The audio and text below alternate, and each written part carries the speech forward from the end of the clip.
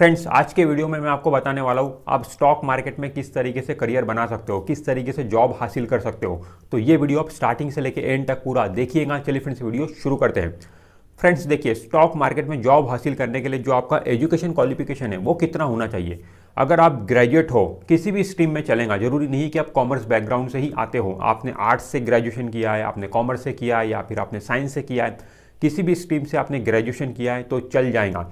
इतना ही क्वालिफिकेशन काफ़ी होता है स्टॉक मार्केट में कोई भी जॉब लेने के लिए। कोई भी जॉब इन द सेंस जो जनरल जॉब है, स्टॉक मार्केट के मैं जनरल जॉब की बात कर रहा हूँ।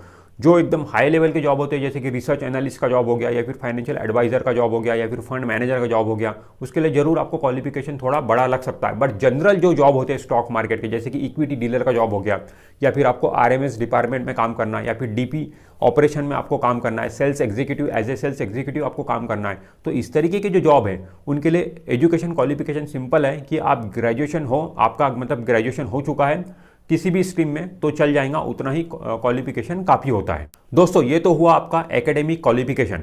इसके अलावा स्टॉक मार्केट के भी कुछ कोर्सेज होते हैं, वो कोर्सेज भी आपको करना जरूरी होता है। तो एक इंस्टीट्यूट है NISM, national institute of securities market. ये NISM कुछ सर्टिफिकेशन प्रोवाइड करता है, तो वो सर्टिफिकेशंस भी आपके पास में होना चाहिए। जब स्टॉक मार्केट में आप जॉब लेने के लिए जा रहे हो तो आपका एकेडमिक क्वालिफिकेशन, जो आपका बेसिक जो एजुकेशन है वो तो होना ही चाहिए। उसके साथ साथ ये NISM के कुछ सर्टिफिकेशंस भी आपके पास में होने चाहिए। अब ये कौन से NISM के सर्टिफिकेशंस आपके पास में होने चाहिए, तो वो डिपेंड करता है कि आप किस जॉब प्रोफाइल के लिए जा रहे हो। जो जॉब प्रोफाइल के लिए जा रहे हो तो उसके रिलेवेंट जो NISM के सर्टिफिकेशंस रहेंगे वो आपके पास में होने चाहिए। तो NISM की वेबसाइट पे जब आप जाओगे तो वहाँ पे आपको क्लियरली दिखेगा कि नंबर ऑफ सर्टिफिकेशंस NISM वहाँ पे प्रोवाइड करता है। तो हर सेगमेंट के लिए, मतलब हर एक जॉब प्रोफाइल के लिए अलग NISM का सर्टिफिकेट होता है। अगर आपको इक्विटी डीलर बनना है तो उसके लिए NISM सीरीज 8 का इक्विटी डेरिवेटिव सर्टिफिकेशन एग्जाम होता है, वहाँ से आप इक्विटी डीलर बन सकते हो। करेंसी डीलर बनना है तो उसके लिए एक अलग एग्जाम होता है। कमोडिटी डीलर अगर आपको बनना है तो उसके लिए एक अलग एग्जाम होता है। आरएमएस डिपार्टमेंट में आपको जाना है, जो रिस्क मैनेजमेंट वाली जो एग्जाम होती है वो आपको देना पड़ता है। डीपी ऑपरेशन में आपको जाना है तो उसके लिए एक अलग एग्जाम होती है। तो मतलब हर सेगमेंट के लिए, स्टॉक मार्केट के हर सेगमेंट के लिए अलग अलग एग्जाम डिजाइन की गई है। वो आप NISM की वेबसाइट पे जाओगे तो पूरी लिस्ट आपको मिल जाएंगी कौन कौन सी एग्जाम कैसी है। ये जो NISM है ये सेबी के द्वारा ही स्थापित है, तो NISM को काफ़ी वैल्यू है। जब भी आप स्टॉक मार्केट में जॉब लेने के लिए जाओ तो वो हमेशा ये आपसे पूछते हैं कि क्या आपके पास में NISM के सर्टिफिकेशंस है। ये बहुत ज़रूरी है। आपका बेसिक क्वालिफिकेशन है वो तो ठीक है, ग्रेजुएट हो आप, ठीक हो, बट उसके साथ में ये NISM के सर्टिफिकेशंस आपके पास में होने चाहिए। NISM सर्टिफिकेशन आपके पास में है, इसका मतलब ये है कि कहीं ना कहीं जो स्टॉक मार्केट, जो जॉब प्रोफाइल के लिए आप आ रहे हो उसके बारे में आपको काफ़ी कुछ पता है। NISM का सर्टिफिकेशन कुछ इस तरीके से होता है। और ये जो NISM के सर्टिफिकेशन है दोस्तों, ये इसकी वैलिडिटी होती है। एक बार आपने NISM की कोई एग्जाम पास की, आपको सर्टिफिकेट मिल गया, तो ऐसा नहीं कि ज़िंदगी भर तक वही सर्टिफिकेट आप लेके घूमोगे। हर 3 साल में, मतलब मोस्ट ऑफ द एग्जाम जो होती है वो 3 साल में वो सर्टिफिकेट एक्सपायर हो जाता है। मतलब 3 साल के बाद में वापस आपको NISM की एग्जाम देना पड़ता है, वो सर्टिफिकेट को वापस आपको रिन्यू करना पड़ता है। बट कई एग्जाम में ऐसा है कि एक बार आपने NISM की एग्जाम पास कर दी तो जब 3 साल के बाद में वो सर्टिफिकेशन आपका जो है एक्सपायर होगा तो वापस से आपको एग्जाम देने की ज़रूरत नहीं है। मतलब एग्जाम देकर भी आप रिन्यू कर सकते हो। और दूसरा ऑप्शन आपके पास में ये भी रहता है कि CPE नाम की एक मतलब ट्रेनिंग होती है, CPE ट्रेनिंग अटेंड करके भी आप NISM के सर्टिफिकेशन को रिन्यू कर सकते हो। CPE मतलब सिंपल होता है, वहाँ पे जाना होता है, पूरा एक दिन का वो प्रोग्राम होता है, सुबह से शाम तक वो लोग आपको मतलब जो भी एग्ज़ाम है जो कोर्स है उसके बारे में सारी चीज़ें आपको बताते हैं और सर्टिफिकेशन आपका रिन्यू करके दे देते हैं। उसकी फ़ीस थोड़ी सी ज़्यादा होती है। NISM की आप एग्ज़ाम दोगे तो उसकी फ़ीस 1500 रुपये के अराउंड रहेंगी। और अगर आप CPE ट्रेनिंग अटेंड करोगे, कोई होटल वगैरह में वो ट्रेनिंग होती है, खाना पीना भी वहाँ पे आपको मिलता है, तो उसकी फ़ीस 2500 रुपये के करीब होती है। बट यही है कि आप एग्ज़ाम देने से बच सकते हो। मतलब एक बार तो आपको फर्स्ट टाइम एग्ज़ाम देना पड़ेगा तभी आपको NISM का सर्टिफिकेट मिलेगा। बट सेकंड टाइम जब आप रिन्यू करने जा रहे हो 3 साल के बाद में, तो CPE का ऑप्शन आपके पास में आ जाता है। आप NISM का जो सर्टिफिकेट है उसको एक्सपायर होने के पहले ही CPE ट्रेनिंग देकर उसको रिन्यू कर सकते हो। तो दोस्तों, जैसे कि आपको इक्विटी डीलर बनना है तो उसके लिए एक एग्जाम होती है सीरीज 8 की, NISM सीरीज 8 की एग्जाम होती है, इक्विटी डेरिवेटिव्स सर्टिफिकेशन एग्जामिनेशन।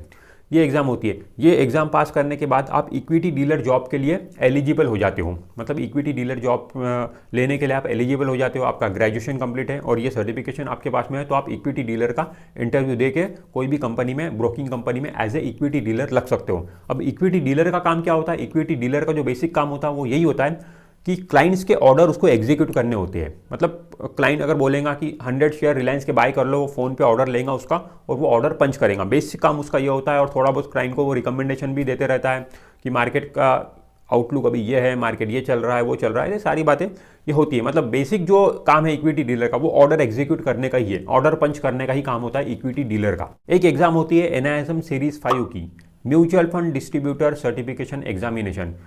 अगर आपको म्यूचुअल फंड सेल करना है तो ये वाली एग्ज़ाम आपको पास करना पड़ता है। ये वाली एग्ज़ाम पास करके आप कोई ब्रोकिंग कंपनी में जॉब भी कर सकते हो एज ए सेल्स एग्जीक्यूटिव, वहाँ पे आप म्यूचुअल फंड सेल कर सकते हो, या फिर खुद आप इंडिपेंडेंट भी म्यूचुअल फंड सेल कर सकते हो इंडिपेंडेंटली। उसके लिए आपको ARN नंबर लेना पड़ेगा, UIN नंबर लेना पड़ेगा, उसके थ्रू आप आराम से म्यूचुअल फंड इंडिपेंडेंटली सेल कर सकते हो। कोई कंपनी में आपको जॉब करने की ज़रूरत भी नहीं पड़ेगी, खुद ही आप अपना म्यूचुअल फंड सेल कर सकते हो। अलग अलग कंपनी के, जो भी कंपनी के आप म्यूचुअल फंड सेल करना चाहते हो, वो सारे कंपनियों के म्यूचुअल फंड आप एक ही प्लेटफॉर्म में मतलब सेल कर सकते हो। मतलब एक ही बार आपने म्यूचुअल फंड की एग्ज़ाम दे दी, उसी एग्ज़ाम के थ्रू आपको रजिस्ट्रेशन करवाना पड़ता है, MP के द्वारा रजिस्ट्रेशन करवाना पड़ता है। उसके बाद में आपको ARN नंबर, UIN नंबर मिल जाता है, फिर आप आराम से म्यूचुअल फंड सेल कर सकते हो। अगर आपको जॉब करना है कोई कंपनी में तो आप जॉब भी कर सकते हो।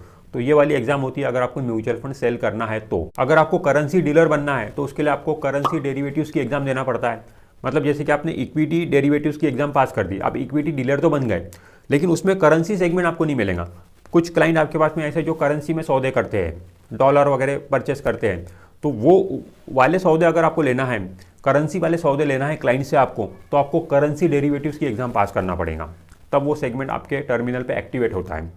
अगर आपको कमोडिटी के लिए क्लाइंट आपके पास में है और कमोडिटी के ऑर्डर आपको पंच करना है एज ए इक्विटी डीलर, मतलब एज ए डीलर, तो कमोडिटी डेरिवेटिव्स की एग्जाम आपको देना पड़ेगा।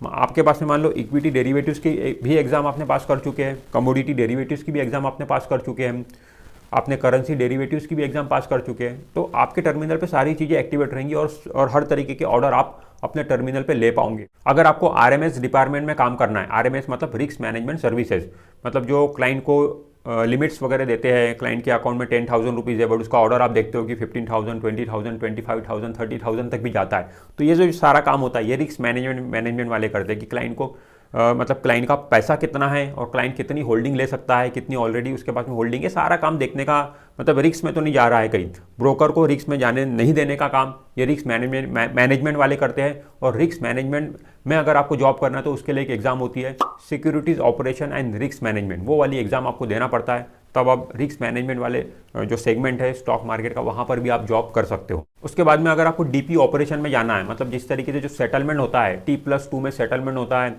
डिमैट अकाउंट से शेयर को क्रेडिट करना, डेबिट करना, ये सारा काम DP ऑपरेशन वाले करते हैं।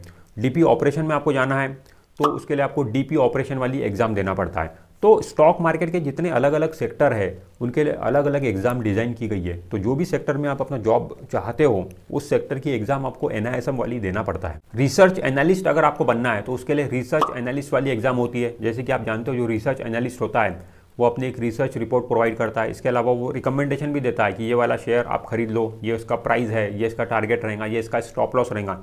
इस तरीके एज ए रिसर्च एनालिस्ट अगर आपको काम करना है तो आपको रिसर्च एनालिस्ट वाली एग्जाम देना पड़ता है। अब रिसर्च एनालिस्ट बन के आप कोई कंपनी में जॉब भी कर सकते हो, या फिर research analyst as a research analyst आप इंडिपेंडेंटली भी काम कर सकते हो, अपनी खुद की फर्म भी ओपन कर सकते हो। आपको रिसर्च एनालिस्ट की एग्जाम पास करना पड़ेगा NISM की। अगर आपको जॉब करना है तो सिंपल आप कोई भी कंपनी में as a research analyst job पे लग सकते हो, उनके पास में SEBI का रजिस्ट्रेशन होता है, वहाँ पे आप लग सकते हो। बट आपको इंडिपेंडेंटली काम करना है एज ए रिसर्च एनालिस्ट, आपको इंडिपेंडेंटली काम करना है या फिर अपनी फर्म ओपन करना है तो उसके लिए आपको SEBI से लाइसेंस लेना पड़ता है।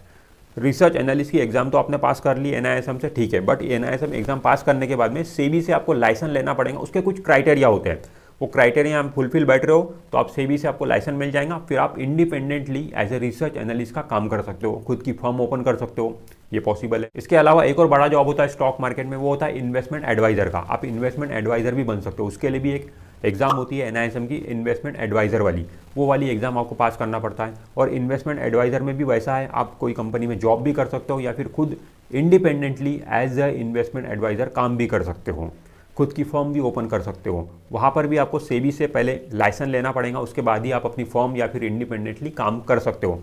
अब ये रिसर्च एनालिस्ट और इन्वेस्टमेंट एडवाइज़र दोनों अलग अलग होते हैं। रिसर्च एनालिस्ट का काम होता है कि एक रिसर्च रिपोर्ट देना, शेयर के बारे में रिकमेंडेशन देना, वो नंबर ऑफ लोगों को एक साथ में रिकमेंडेशन दे देता है। बट इन्वेस्टमेंट एडवाइज़र का वैसा नहीं होता है। इन्वेस्टमेंट एडवाइज़र एक पर्टिकुलर बंदे को उसके रिस्क के हिसाब से, उसकी रिस्क प्रोफाइल के हिसाब से उसको एडवाइस देता है। इन्वेस्टमेंट एडवाइज़र का काम होता है हर किसी को अलग अलग एडवाइस देगा, उसकी रिस्क प्रोफाइल, उसका जो भी है, उसकी पूरी केवाईसी देखकर उसको रिकमेंडेशन देगा, दूसरे बंदे को उसकी केवाईसी देखकर रिकमेंडेशन देगा। तो इस तरीके का काम होता है इन्वेस्टमेंट एडवाइज़र का। चलिए दोस्तों, अब मैं आपको बताता हूँ कि अगर आपको स्टॉक मार्केट में करियर बनाना है तो आपको स्टार्टिंग से क्या करना पड़ेगा। तो दोस्तों, सबसे पहले तो आप अपना बेसिक एजुकेशन कंप्लीट करिए, 10+2 कंप्लीट करिए, 10वीं पास करिए, 12th पास करिए। और आप वैसे तो 12th आप कोई भी स्ट्रीम में पास कर सकते हो, कॉमर्स में, साइंस में, आर्ट्स में, कोई भी स्ट्रीम में 12th आप पास कर सकते हो। बट आपने पहले से सोच के रखा है, 10th के पहले से ही आपने सोच के रखा है कि मुझे तो स्टॉक मार्केट में ही करियर बनाना है या फिर फाइनेंस में ही करियर बनाना है, तो फिर आप 10+2 कॉमर्स में करिए, वो ज़्यादा बेहतर रहेगा आपके लिए। फिर उसके बाद में ग्रेजुएशन भी अगेन आप कोई भी स्ट्रीम में कर सकते हो, बट आपने पहले से सोच के रखा है मुझे स्टॉक मार्केट में ही जाना है, तो फिर आप अपना ग्रेजुएशन कॉमर्स में करिए, वो आपके लिए ज़्यादा बेहतर रहेगा। तो दोस्तों, ग्रेजुएशन कंप्लीट होने के बाद आप स्टॉक मार्केट में जॉब के लिए ट्राई कर सकते हो, सर्च कर सकते हो जॉब। बट ग्रेजुएशन आपका कंप्लीट हो गया, ठीक है, बट आप फ्रेशर हो। एज ए फ्रेशर आपको स्टॉक मार्केट में जॉब मिलने में काफ़ी दिक्कत होती है। कई सारी कंपनियां स्टॉक मार्केट में जो फ्रेशर को हायर ही नहीं करती है, वो बोलती है हमें एक्सपीरियंस वाला बंदा चाहिए। अब आप सबसे पहले आप कभी ना कभी तो कोई कंपनी में जॉब करोगे, तभी तो आपको एक्सपीरियंस आएगा। बट कंपनी ये बात नहीं समझती है, इसीलिए आपको क्या करना पड़ेगा, आपको एक्सपीरियंस लेने के लिए कोई भी छोटी मोटी ब्रोकिंग कंपनी में ज्वाइन करना पड़ सकता है स्टार्टिंग में, या फिर आपको कोई दूसरे जॉब प्रोफाइल के लिए ज्वाइन करना पड़ सकता है। मान लो आपको career as a equity dealer बनाना है, बट आपको सेल्स एग्जीक्यूटिव की जॉब मिल रही है, तो आपको वो ले लेना चाहिए। स्टार्टिंग में आप यही करिए कि जहाँ पर भी आपको जॉब मिल रहा है आप तुरंत ले लो। आप पहले अंदर तो एंटर करो, आप उस कंपनी में तो जाओ, जॉब करके तो देखो। अगर आपको सेल्स एग्जीक्यूटिव का जॉब मिल रहा है तो वो ले लो, भले ही आपको इक्विटी डीलर बनना है इन फ्यूचर, वो ठीक है, बट पहले आप एंट्री लो। कोई भी जॉब प्रोफाइल से अगर आपको एंट्री मिल रही है तो आपको तुरंत ले लेना चाहिए। कोई भी कंपनी में एंट्री मिल रही है तो आपको ले लेना चाहिए, क्योंकि यहाँ पे एक्सपीरियंस इंपॉर्टेंट है। हर कंपनी एक्सपीरियंस आपको आगे जाके मांगने वाली है, और एक्सपीरियंस आपको काम करके ही आने वाला है। आपको इक्विटी डीलर बनना है, but as a sales executive आपने एंट्री ले ली, 6 महीने आप काम करो एज ए सेल्स एग्जीक्यूटिव या 1 साल काम करो, उसके बाद में आपको वहाँ पे एक्सपीरियंस मिलेगा। फिर आप सेम कंपनी में ही इक्विटी डीलर की जो एग्ज़ाम होती है NISM की, इक्विटी डेरिवेटिव्स, वो वाली एग्ज़ाम पास करके सेम कंपनी में ही आप एज ए इक्विटी डीलर के लिए जॉब के लिए अप्लाई कर सकते हो, या फिर दूसरी कंपनी में जॉब के लिए अप्लाई कर सकते हो। बट जब दूसरी कंपनी में भी जाओगे तो वहाँ पे आपको वेटेज मिलेगा, क्योंकि अभी आपके पास में एक्सपीरियंस है। भले ही सेल्स एग्जीक्यूटिव का एक्सपीरियंस है, बट कुछ तो एक्सपीरियंस है स्टॉक मार्केट में काम करने का, और NISM का सर्टिफिकेशन भी आपके पास में, तो आपको जरूर वेटेज मिलेगा। तो उस तरीके से आप जॉब हासिल कर सकते हो। दोस्तों, स्टार्टिंग में बेशक आपकी सैलरी कम रहने वाली है, छोटी कंपनी भी वो हो सकती है, बट जैसे जैसे आप एक्सपीरियंस गेन करते जाओगे आपकी सैलरी भी बढ़ती जाएंगी। फिर आपके पास में ऑप्शन ये भी रहेगा कि आप दूसरी कंपनी में स्विच कर जाओ, वहाँ पे आपको और सैलरी हाइक मिलेगा। तो इस तरीके से आप अपना करियर डेवलप कर सकते हो स्टॉक मार्केट में। तो दोस्तों, आपने कोई भी जॉब प्रोफाइल से स्टॉक मार्केट में एंट्री ले ली कोई भी कंपनी में, तो काम करते करते आप देखो कि आपका इंटरेस्ट कौन से सेगमेंट में ज़्यादा डेवलप हो रहा है। क्या इक्विटी डीलर में आपका ज़्यादा इंटरेस्ट लग रहा है, या फिर सेल्स में ही आपको ज़्यादा मज़ा आ रहा है, या फिर आप RMS डिपार्टमेंट में जाना चाहते हो, या फिर आप रिसर्च वाले डिपार्टमेंट में जाना चाहते हो। तो आपको सारे जो डिपार्टमेंट है उससे रूबरू होने का भी मौका मिलता है। तो आप खुद अपना एक इंटरेस्ट बनाइए। स्टार्टिंग के 6 महीने जो रहेंगे, स्टार्टिंग का जो साल भर रहेगा, उस पर आप सैलरी पे फोकस मत करिए, सीखने पे फोकस करिए। अलग अलग चीज़ें सीखने की कोशिश करिए और अपना एक इंटरेस्ट डेवलप करने की कोशिश करिए। और जहाँ पर आपको ज़्यादा इंटरेस्ट आ रहा है, जहाँ पर आपको ज़्यादा मज़ा आ रहा है, उसी सेगमेंट में आप अपना करियर बनाने की कोशिश करिए। अगर आपको लगता है कि मैं रिसर्च में मुझे ज़्यादा मज़ा आ रहा है, मुझे रिसर्च एनालिस्ट बनना है, तो फिर आप रिसर्च एनालिस्ट के बारे में ज़्यादा स्टडी करना चालू कर दीजिए। रिसर्च एनालिस्ट की जो एग्ज़ाम होती है NISM की, वो वाली एग्ज़ाम आप दे दो, ठीक है। उसके बाद में, और एज ए रिसर्च एनालिस्ट आप 1 साल के बाद में दूसरी कंपनी में जॉब के लिए ट्राई कर सकते हो। तो आपको अपना रिसर्च एनालिस्ट मतलब बनना है, तो उसके पीछे आप देखिए कि मेरा इंटरेस्ट अगर उसमें है, डेवलप हो रहा है, तो आप उसके पीछे जा सकते हो। बट आपको एंट्री लेना जरूरी है। कोई भी जॉब प्रोफाइल से अगर आपको एंट्री मिल रही है तो आप एंट्री जरूर ले लीजिए। दोस्तों, मैं आपको रिकमेंड करूंगा कि पहले आप जॉब ले लो, कोई भी छोटी मोटी कंपनी में जॉब ले लो, उसके बाद में NISM की एग्जाम दो। कई सारी कंपनी होती है जो अलाउ करती है कि वो बोलती है कि आप हमें जॉब ज्वाइन कर लीजिए, उसके बाद में आप NISM की एग्जाम दे सकते हो। बट कुछ कंपनी अलाउ नहीं करती है, कुछ कंपनी स्टार्टिंग से ही बोलती है कि हमें तो NISM सर्टिफिकेशन के साथ में ही आप चाहिए। बट जो कंपनी अलाउ कर रही है वहाँ पे आप जॉब ज्वाइन कर लीजिए, उसके बाद में NISM का सर्टिफिकेशन आप करिए, वो आपके लिए ज़्यादा आसान रहेगा। जॉब करते करते आप NISM का सर्टिफिकेशन दोगे तो वो आपके लिए ज़्यादा आसान रहेगा, क्योंकि आप प्रैक्टिकल लेवल पर काम भी कर रहे हो और थेरोटिकल पढ़ाई करके एग्जाम दोगे तो वो आपके लिए ज़्यादा आसान रहेगा, रिलेवेंट रहता है, दोनों एक दूसरे से जुड़े हुए रहते हैं, तो वैसा आप करिए दोस्तों। इसके अलावा आपके पास में अगर हायर एजुकेशन रहेगा तो आपको स्टॉक मार्केट में जॉब हासिल करने में काफ़ी आसानी होगी। मान लो आप कोई जॉब इंटरव्यू के लिए गए हैं, आपके पास में आप ग्रेजुएट हो, बीकॉम मतलब बीकॉम ग्रेजुएट हो और NISM के सर्टिफिकेशंस भी आपके पास में है, बट दूसरा बंदा आया है वो चार्टर्ड अकाउंटेंट है, CA है, उसके पास में भी NISM का सर्टिफिकेट है, तो ऑब्वियसली उसको वेटेज ज़्यादा मिलेगा। तो कहने का मतलब वही है, अगर आपको स्टॉक मार्केट में जॉब लेने की अपनी प्रोबेबिलिटी को बढ़ाना है तो आपके पास में अगर हायर क्वालिफिकेशन रहेगा तो जॉब मिलने के आपके चांसेस ज़्यादा रहेंगे। अगर आपको जो स्टॉक मार्केट की बड़ी जॉब प्रोफाइल है, रिसर्च एनालिस्ट हो गया या फिर इन्वेस्टमेंट एडवाइजर हो गया, उसके लिए जॉब हासिल करना है, तो अगर और आपके पास में क्वालिफिकेशन बड़ा है, लाइक आपके पास में चार्टर्ड अकाउंटेंट आप हो या CFA आप हो, CFP आप हो या फिर MBA इन फाइनेंस आप हो, तो आपको बड़ा वेटेज मिलेगा, आपको काफ़ी अच्छा वेटेज मिलेगा। तो आपको स्टॉक मार्केट के या फिर आपको फंड मैनेजर बनना है, तो आप चार्टर्ड अकाउंटेंट हो या फिर CFA हो, CFP हो, तो उसमें आपको ज़्यादा वेटेज मिलेगा, तो वो आप ट्राई कर सकते हो। आप एजुकेशन अपने बढ़ा सकते हो, अपना एजुकेशन अगर बढ़ाओगे तो डेफिनेटली उसका फ़ायदा आपको ज़रूर मिलेगा। बट अगेन मैं ये बोलूँगा कि ये ठीक है, ये क्वालिफिकेशन वगैरह ठीक है, बट एक्सपीरियंस को ज़्यादा वैल्यू है दोस्तों। अगर आपने काम कर लिया है, भले ही आपका एजुकेशन कुछ भी हो, आपने रिसर्च एनालिस्ट 5 साल काम कर लिया है और कोई बंदा आया वो चार्टर्ड अकाउंटेंट भी है, आपके पास में 5 साल का रिसर्च एनालिस्ट का एक्सपीरियंस है, तो आपको वेटेज ही मिलेगा, 100% आपको वेटेज मिलेगा, क्योंकि एक्सपीरियंस को बिल्कुल इग्नोर नहीं कर सकती है company. Experience is the most important. तो कोशिश आपकी यही होनी चाहिए कि जो भी प्रोफाइल में आप जाना चाहते हो, अपना करियर बनाना चाहते हो, किसी तरीके से आप वहाँ पे जॉब हासिल कर लीजिए और एक्सपीरियंस बढ़ाते जाइए, ज़रूर आपका करियर बहुत अच्छे से यहाँ पे ग्रो होगा। तो दोस्तों इस वीडियो में मैंने आपको बताने की कोशिश की है कि किस तरीके से आप स्टॉक मार्केट में जॉब हासिल कर सकते हो, अपना करियर बना सकते हो। तो अगर आपको इंटरेस्ट है इस फील्ड में तो आप ज़रूर आ सकते हो। This is Imran Shaikh signing of.